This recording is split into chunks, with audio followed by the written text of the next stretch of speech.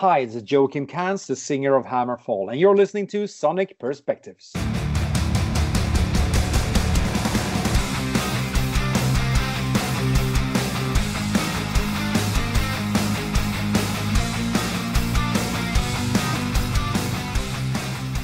Hi everyone, it's Rodrigo Altaf here with yet another interview for Sonic Perspectives. And today we're bringing you quite a treat if you're a metal fan, an interview with Joacim Cans of Hammerfall. Joacim, thank you for talking to us today, man. Well, how you doing? Good to be here, or good to be on your show. Yeah.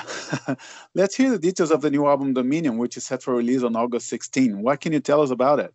Oh, there's so many things to tell about it. I mean, it's a very, packed, solid metal album, and I would say this is Hammerfall, performing at their best. No, I'm really happy and proud about this album, and if you like melodic, energetic heavy metal, I would say this is truly an album for you.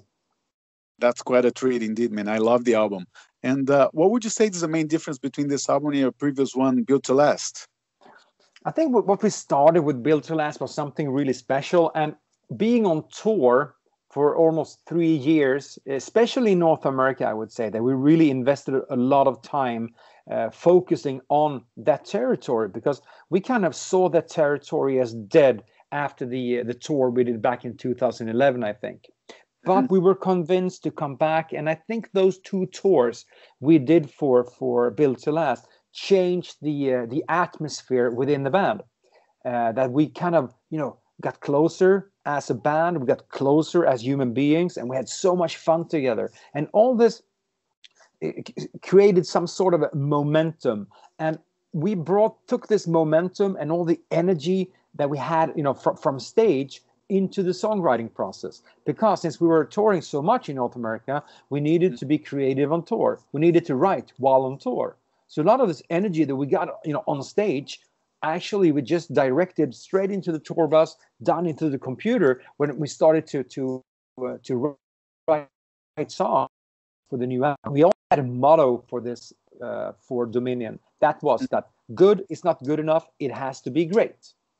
That meant that we even though I sometimes felt that I was done with my parts of the song, like the vocal melodies, I didn't really want to send it off to anyone before I knew that this was great. So, like a good wine or like a good champagne, I put the song to rest for a little bit. And then I just took it out, I listened back to it, maybe did some small changes. And when I felt that I tried every possible way how to, write something, like write the melody or the pre-chorus or the chorus, then I felt like, okay, now it's perfect. Right. That's very reassuring to hear. And this is the second album with David Whalen on drums. I guess from what you just said, it feels now that the lineup is a bit more stable and you guys are more united towards the same objective, right? Yeah, absolutely. And I also think that if you compare the drumming on Built to Last and Dominion, David really came alive on this album. I think when he did Built to Last, he was not really, right after the release of the album, he left the band because of family reasons. So I think he knew that he would not play in the band after the release, and maybe that affected his drumming a little bit. Okay. But he came back after the European tour and the festival tour in 2017. And I think he was more energetic than ever, and that you can really hear on the album. And I think we also allowed him to be a little more personal in his drum playing on this album. So it's a main difference.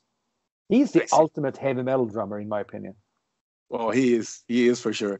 And you've been in this business for quite some time now. Do you still get chills and do you still get excited before an album of yours is released, or not really? Yes, I do. I'm really anxious to hear what the fans will say about the new album. Maybe I'm a little, how do you say, when you I hate to wait. The album was recorded in January, February, and March, and now we're sitting here. It's the end of the summer, and I'm still waiting for the fucking album to be released. I'm so eager and so anxious to get it out there, and I can't wait to start the tour for this album because there are so many songs off this album that will sound even more powerful live. Right. Well, the first song from Dominion that the fans came to know is "We Make Sweden Rock," which you already did the debut for that. You did not only one but two videos for it. Tell us about the live video, which was recorded during the Sweden Rock Festival with a lot of fans on the stage. Yeah, I mean, we just wanted to capture the moment that when we play, Sweden Rock Festival with, such a great audience, so many people watching it, playing the song for the very first time. No, that was actually the second time, but that you play the song, "We Make Sweden Rock" at the Sweden Rock Festival. We just wanted to show the world, what a big Hammerfall show looks like and how much fun it is to be part of a Hammerfall show. Right, that's a very cool video. I loved it. And I'm glad that so many artists were represented in that song. Malmsteen, Europe, Bathory, In Flames, and even some bands which are not that big in other parts of the world, like Heavy Load, for example. Scandinavian and Sweden in particular have such a gift to produce amazing metal bands. Why do you think that is? I think music in general in Sweden is kind of it's a very big export. I think it's the second biggest export that we have, actually. And I mean, you have hockey players in Canada, and we have music in Sweden. Now, it's when you're a kid in school, you get actually, if you want to learn how to play an instrument, you can do that in school for free because it's kind of community-funded music schools. And when you're done with your practice, you know how to play the guitar, you form a band, and you get supported also when you form a band because you get funds to get a rehearsal room. Oh, so right. If you compare that to like in the US where you pay by the hour to use a rehearsal space, in Sweden, I mean, throughout the years, we always had our own rehearsal space, even though long before we became a successful band. We get funds and support from the government, and I think that makes it so much easier to actually to pursue a dream, to form a band and play music together. And then we also need to realize it's damn cold and dark in the winter, and there's nothing else to do than to play music. Absolutely. I definitely share the sentiment. I've been to Sweden a couple of times, and Norway. I definitely know what you're talking about. Yeah, you know what I'm talking about. That's good. Yeah. Well, speaking of Sweden, you have a lot of shows scheduled for October with Sabaton in North America. This will be a very special package, I think, because both bands have excellent albums released this year. What can you reveal so far about the stage production and set list? Well, since we are, we were special guests to Sabaton. They will, of course, have a gigantic show like they always do. And we have to make the best out of the situation that we are playing in front of their stage set. Right. But for Hammerfall, it doesn't really matter what we bring. Hammerfall can be enjoyed in a small, smoky bar and at a big arena. It doesn't really matter because we always deliver. This will be the first real tour of the new albums. I mean, you will be one of the first to hear these songs played live from the new album. So, and the good thing is there are no local supports, so we get to play at least 1 hour. So, that's cool. Yeah, you will get a pretty long show from us too. So, yeah, it will be an epic tour. I'm so happy that we managed to pull this together with Sabaton. Yeah, I'm looking forward to it, man. Last year, you toured here with Flotsam and Jetsam, and to be honest, my ears are still ringing from that concert. But at the same time, I feel like cannot. Okay. Yeah, and I noticed also on the touring schedule that there are a few dates in Colombia, but nothing else in South America. At least not this year. Is there a particular reason for that? Well, no, the reason for those dates was the fact that the Colombian promoter wanted to do something special with us in Colombia, not only one show. So he presented the idea to come back in like an early stage to do these 6 shows in connection with the release shows we do in the US. Mm-hmm. So this is kind of just a one-off adventure tour. Let us call that. Regarding South America, I think we will wait until after the European tour next year before we, make a decision when we'll do the big South American tour, because of course we're going to go there too. I see. Okay. And on a side note, you toured with Rock of Ages for a little bit as well. How was it for you? And could you use anything from the Hammerfall stage on that tour or vice versa? I mean, your attitude or things you do on stage with Hammerfall? No, I mean, with Rock of Ages, that is a Broadway musical, and you're not really allowed to change anything, especially when it comes to like the music or anything like that. You're stuck to the script, as simple as that. The other way around, I learned a lot being a part of a big theater production that I could, take with me to Hammerfall. Thinking about how you can do props on stage, how to work with lights and all that. So for me, it was a great learning experience. Okay. And going back to the Minion, I need to ask you about the cover because it shows like a humanoid kind of figure who I think appeared on the last few albums as well. Is this your new mascot now, and does he have a name or not really? Well, he's been on the cover since day one. I mean, it's the same guy, but now he. Well, first of all, his name is Hector. Hector has been his name since beginning of 2000. Okay. And on this cover, he's taking a more like a demonic shape because this album or the song Dominion takes place in Pandemonium, the capital of hell. Oh, okay. Yeah, so we decided to make him a little more demonic for this album. And I'm curious about the name of the album. Did you choose Dominion as a name based on how strong the title track is, or was it the name decided beforehand, or based on the story that you just mentioned, or? No, Dominion was, I'm not really sure. I think, first of all, it's a very strong name for the album. Absolutely, yeah. Because of the lyrical theme of the song, like I mentioned with the Pandemonium, the capital of hell. I think long before the song was written, we decided on the artwork that we wanted to have, like this Hector in a demonic shape coming out of the fire. So I think we built the artwork way before the actual song. Mm-hmm. But maybe we wrote the song. Maybe we wrote the song with the album artwork in mind. Okay. And there are some very inspired lyrics this time around as well. Can you explain the message on "Never Forgive, Never Forget," for example? Yes. Every song on the album, if you get the art, the booklet, has a little preface, like a foreword. And for this song, it says, "This is war, and this is what we do." This, I don't want to reveal too much, but I was watching, I think, 12-hour-long documentary about the Vietnam War. And there were so many things going on in that documentary that inspired me to take notes. And when I was done with all my notes after these 12 hours, I had more or less everything I needed for the song. Oh, wow. Okay. And Sweden Rock is the only song of the new album we already played, but One Against the World was actually revealed on YouTube. Actually, today the video was released. Are you happy with the reception so far of these two tracks? I haven't really, yes, but I don't really read personal reviews anymore, because if there's one bad review in there, I get really emotional, frustrated. I get sad and, Okay.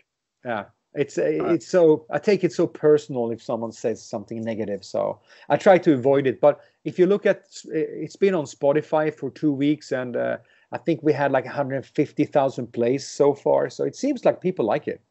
Wow, that's reassuring for sure. Yeah. One of the things that always caught my attention is how every song you guys write is made to be played live. There are many examples of that in the new album, like Dead by Dawn, Testify, for example. Is this something you guys do by design, or do these songs come out like that by accident, or how do you explain that? No, this is the way we write songs. I mean, every song that we write could be played live, if we say it like that. That we don't really, make it if we make it too complicated or add too many layers in the studio, you can't really play the song live. So every song we do can be played live. I mean, that is intentional. That's the way we want it. And that's the way we worked since day one. Right. And I love the balance second to one, which I think was strategically placed in the middle of the album. Am I right? It's sort of cuts the album in half. Yeah, you need to take a little break there to cool down. I mean, we don't write songs. We write albums. And an album, 50 minutes long, you need to have your ups and downs when it comes to the intensity. And placing a ballad as song 5 or 6 makes you. Then it gives you the time to catch your breath a little bit, to be a little bit more emotional, you know. Absolutely. And having listened to the whole album, one of the hardest songs vocal-wise on the album is Chain of Command, I think. Was it comfortable to you to sing with such a high register on that track? And are you planning to play that one live? That's going to be really hard to sing live because that pre-chorus is really, really high. I really challenge myself on this album to really go for it. I've been very comfortable before, especially when writing vocal melodies that I was maybe a little bit, chicken sometimes, like, nah, it's too high. Let's rewrite this so it works more for me, then it benefits me more than benefits the song. But for this album, in the songwriting process, I always went for what was best for the song. That meant that sometimes it became really, really high. And yes, the chain of command is really, really high. Yeah, I'm not sure I'm going to be able to pull that off live, but maybe one day. We'll see. Oh, come on. We'll see. Let's talk about your singing style for a bit, if I can. I guess for any metal singer, it's hard to escape the influence of guys like Dio, Bruce Dickinson, Biff Byford, for example. But you have a softer voice than those guys. Some might say more melodic. What would you say are your most unusual influences in the singing department? I'm a music consumer. I consume a lot of music. When it comes to influences, I mean, Rob Halford, Jeff Tate. Those two guys are really a big inspiration for me because, I mean, the way they reach the high notes was always something I wanted to do. But at the same time, I realized that I don't have the same range or the same power as Rob Halford. But on the other hand, the only thing you can do as a singer is to try and find your own voice. Because if you want to copy someone, I mean, you're just going to be a bad copy because there's always one original. So I'm just, playing the cards. I'm just playing the hand I was dealt when I was born. And I'm playing those cards. And I think that now I managed to find my personal voice, and people can easily, not easily, but I think some people can say that when they hear a Hammerfall song, they know it's Joacim Cans singing. Absolutely, yeah. And after so many years doing this, do you still get chills just before going on stage, or you got used to it, or? No, the second I enter the stage and I see the crowd and I hear the people screaming, I'm getting high. Let me say, that is the biggest drug for me. That's why I don't drink before a show. I'm always sober on stage because that energy, that boost I'm getting there, that's the best, high ever. I see. And what goes through your mind when you're singing at one of those massive European festivals, for example, with, 100,000 people in front of you? Do you have time to think of anything or not really? Well, the thing is, when it's over like 30,000 people, you don't really see the people anymore because it's just a big mass of, it's just, a chunk of people standing there like a blur. Yeah, like, okay. You can't really feel that. But of course, in between the songs and especially in the sing-along parts, then you can really tell it's, 75,000 people out there like, hey, shit, that's a lot of people. Right, I see. And what's the one song from Hammerfall that you feel like you must play every night? Is there one particular song? It kind of depends on, yes, of course. We have to play Hearts on Fire. Okay. I mean, Hearts on Fire is our Smoke on the Water. I mean, if Deep Purple came to a show and they did not play Smoke on the Water, people would start booing. If we did not play Hearts on Fire, people would get upset. And are you able to pick a favorite song from the new album? I'm asking because we're reaching the end of the interview and we always play a song from the artist we're interviewing. I think I would go for, absolutely. It's one of the outsiders of the album. It's the last song of the album. It's a song called And Yet I Smile. Because in my opinion, this is the perfect ending. And in this case, it's a perfect ending to this interview. And this song, at least for me, it leaves me wanting to hear more. And hopefully you will have the same reaction that after you hear this song with Hammerfall, you want to check out Hammerfall even more. Good stuff, man. Great choice. Thank you so much for your time, and I wish you a great tour in support of Dominion. Awesome. Thank you very much for having me. Thank you. Thanks. For our listeners out there, thank you so much for listening to this interview, and please follow us on Facebook, Twitter, and YouTube. We're going to finish now with the song And Yet I Smile, as chosen by Joacim himself, from Hammerfall's latest album, Dominion. Take care and stay metal.